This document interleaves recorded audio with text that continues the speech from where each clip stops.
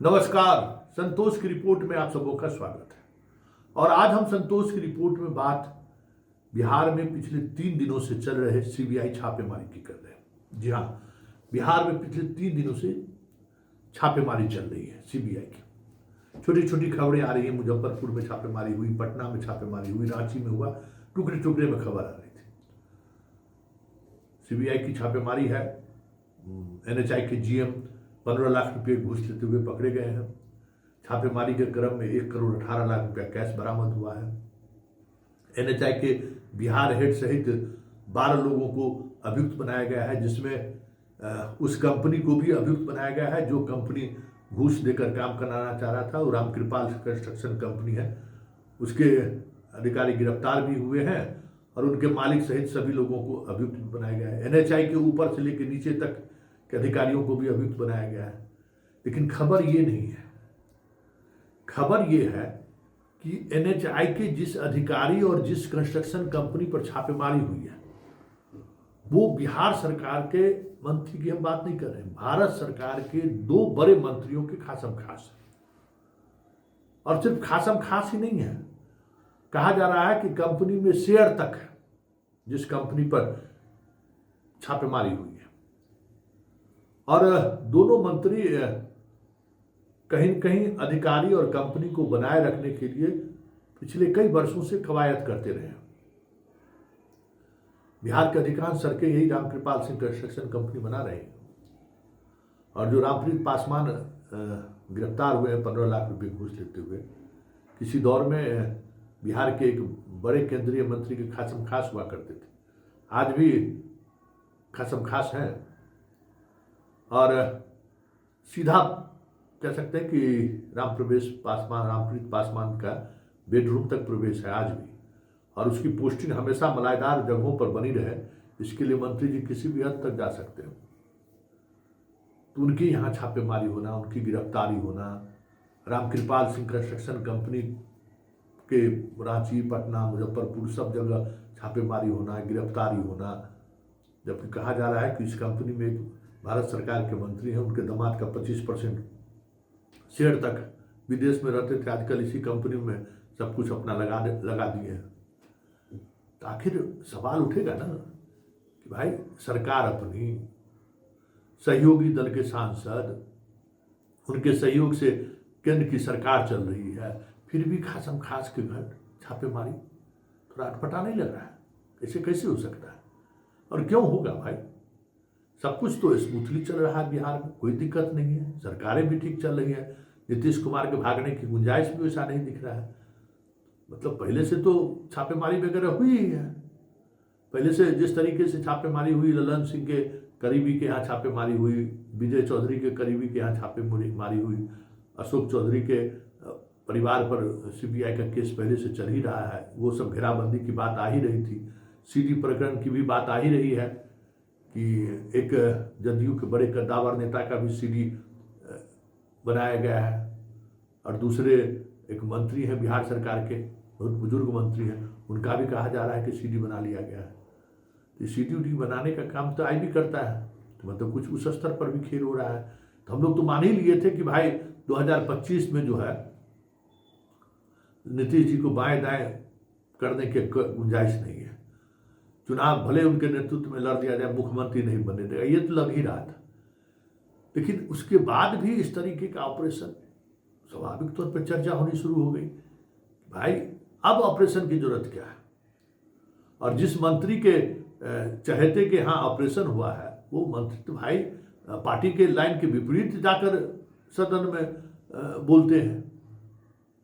वो मंत्री तो एक मंत्री तो मोदी जी को बहुत तरीके से अपने आप को कहते हैं कि हम मोदी जी के हैं। सब कुछ होने के बावजूद भी आखिर ये छापेमारी क्यों हो रही है? और ये चुनावी वर्ष है, कहीं न कहीं इस तरीके के अधिकारी, कंस्ट्रक्शन कंपनी के पैसे पर लोग चुनाव भी लड़ते हैं, अपने लोगों को लोग पैसा भी देता है, तो कह सकते हैं कि इकोनॉमिक स्रोत पर भी हमला है। तो अपने ही लोगों पर हमला करके क्या दिखाना चाहती है भाई? क्यों ये इस तरीके का हमला हो रहा है? कुछ बात नहीं बन पा रही है या कुछ और बात है? ये भी हो सकता है कि बात नहीं बन पा रही हो। जो चाहने वाले इस पूरे खेल के पीछे जो लोग मास्टरमाइंड हैं, उन्हें अभी भी लग रहा होगा कि जो हम चाह रहे हैं वो कहीं नहीं हो। बिहार है भाई, कभी भी खेला कर सकता है बिहारी सब, इसका कोई भरोसा तो है नहीं। तो आखिर मसला क्या है, क्यों ये सब चीजें हो रही है? क्या सीट शेयरिंग को लेकर दबाव तो नहीं बनाया जा रहा कि मैं जो कहूं वही करूं, या फिर चुनाव के बाद इस तरीके से घेराबंदी करके रखना है कि मुख्यमंत्री इस बार बीजेपी के बनने से कोई नहीं रोक सके? ये भी हो सकता है।